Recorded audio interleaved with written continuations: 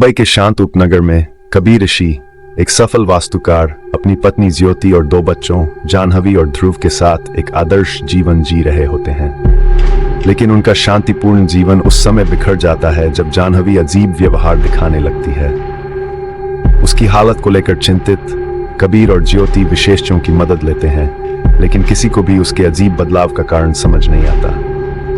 एक रात जब जाह्नवी नींद में चलने लगती है, कबीर उसे रोकने की कोशिश करता है, लेकिन वह उसके हाथों से फिसलकर गायब हो जाती है।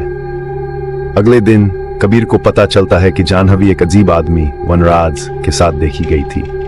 वनराज एक रहस्यमय व्यक्ति है जो लोगों को अपनी सम्मोहित करने वाली शक्तियों से नियंत्रित करता है।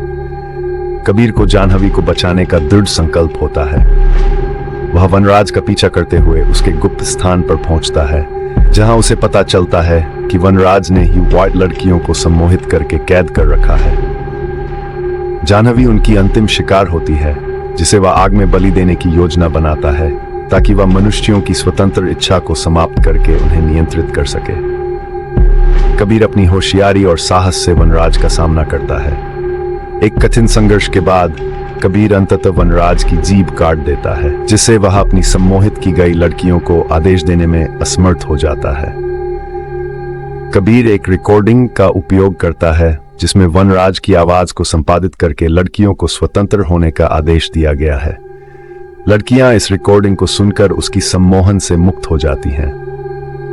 कबीर और उसकी परिवार अस्पताल में अपनी चोटों से उबरते हैं, जबकि पुलिस वनराज की बंधक लड़कियों को उनके घर सुरक्षित पहुंचाती है। लेकिन वनराज गायब हो जाता है। 1 साल बाद कबीर एक गुप्त कक्ष में जाता है, जहां उसने वनराज को कैद कर रखा है। वह उसे बताता है कि सच्ची शक्ति माता पिता से आती है, जो अपने बच्चों की रक्षा के लिए किसी भी हद तक जा सकते हैं। ये कहते हुए वह वनराज को अगले दिन मिलने का वादा करता है और उसे उसकी यातनाओं के साथ छोड़ देता है। यह कहानी आपको शैतान फिल्म की गहनता और सस्पेंस को महसूस कराएगी। वनराज को अपनी योजनाओं में विफल होता देख कबीर ने उस पर और अधिक कड़ी नजर रखना शुरू कर दिया। वनराज का गायब हो जाना एक बड़ी चिंता का विषय बन गया था, लेकिन कबीर के पास अब एक नया उद्देश्य था, सुनिश्चित करना कि वनराज फिर कभी किसी को नुकसान न पहुंचा सके। कबीर के जीवन में अब एक नया अध्याय शुरू हुआ। उसने अपनी पुरानी नौकरी छोड़ दी और अपने परिवार के साथ ज्यादा समय बिताने का फैसला किया।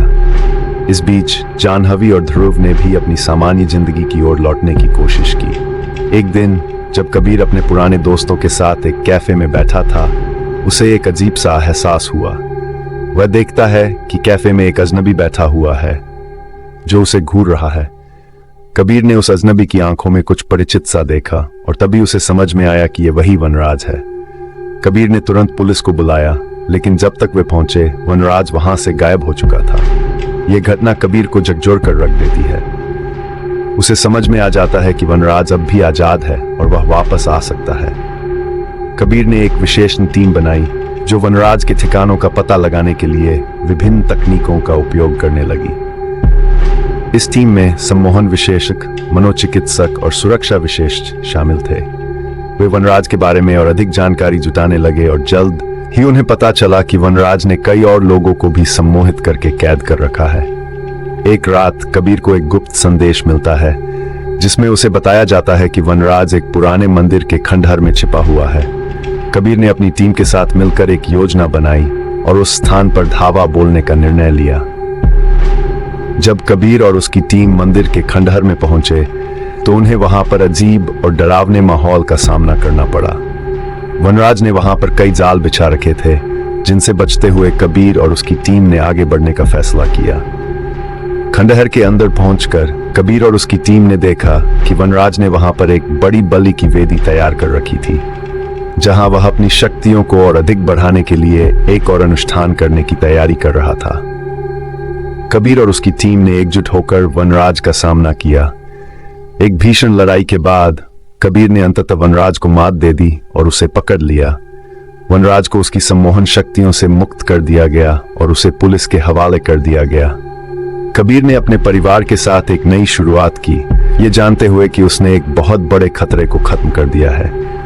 इस प्रकार कबीर और उसकी टीम ने मिलकर वनराज के खतरनाक इरादों को विफल कर दिया और एक नए सुरक्षित जीवन की शुरुआत की।